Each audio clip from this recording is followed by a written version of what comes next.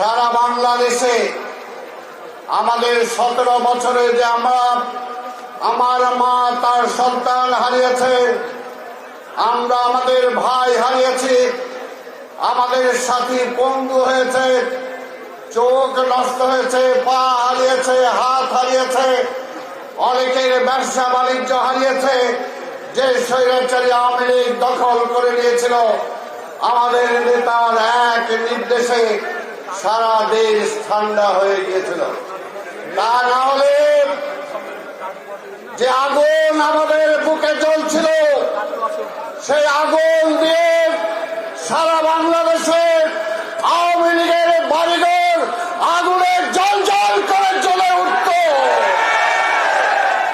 কিন্তু আমাদের নেতা প্রমাণ করেছেন তিনি দলের নেতা না, শুধু তিনি দেশের নেতা।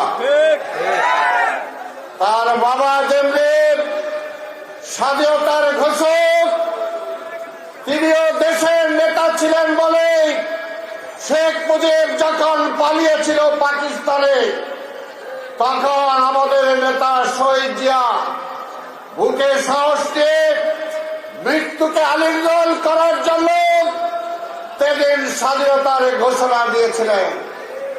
আমাদের নেতা জিয়া রহমানকে যেদিন 75-এর 7 নভেম্বরের পরে এই দেশের মানুষ, সিপাহী জনতা, একটি ভেঙে পড়া দেশ, একটি ভেঙে পড়া অর্থনীতি, একটি তলাবিহীন ঝুড়ি, একটি সেনাবাহিনীর মধ্যে কু কাউন্টার কু, সেনাবাহিনীর বিকল্প রক্ষী বাহিনী, সবকিছু যখন ধ্বংস হয়ে গিয়েছিল, তখন জিয়া রহমানকে ক্ষমতায় বসিয়েছিলেন জিয়াউর রহমানও এক ঘোষণার মধ্য দিয়ে যে দেশের মানুষ না খেয়ে মারা গিয়েছেন, তো কয়েক মাসের ব্যবধানে সেই দেশের মানুষকে তিনি খাইয়েছেন এবং বিদেশে চাল রপ্তানি করেছেন। আমাদের নেতা তারেক রহমানের তার সেই সুযোগ্য বাবা, সুযোগ্য বর, সুযোগ্য সন্তান, অনেকেই তো বুঝতে পারতেছেন না।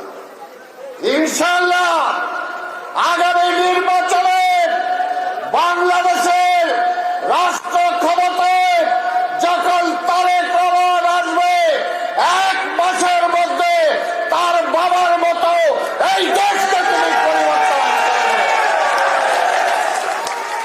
কোন হেনাই তেনাই চলবে না, কোন চুরি বাটপারি চলবে না, কোন রাহাজানি চলবে না, কোন চাঁদাবাজি চলবে না।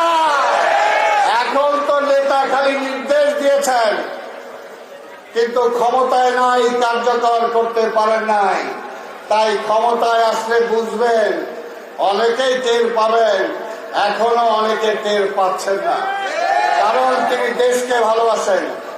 যেমনি শহীদ জিয়ার এই বাংলাদেশে তিনি মারা যাওয়ার আগে একটি বাড়ি ছিল না, একটি গাড়ি ছিল না, ব্যাংক ব্যালেন্সে কোনো টাকা ছিল না, ঠিক তেমনি আমরা গর্ব করে বলতে পারি আমাদের নেতা তারেক রহমানের ঢাকা শহরে কোনো বাড়ি নাই, কোনো গাড়ি নাই, কোনো ব্যাংক ব্যালেন্স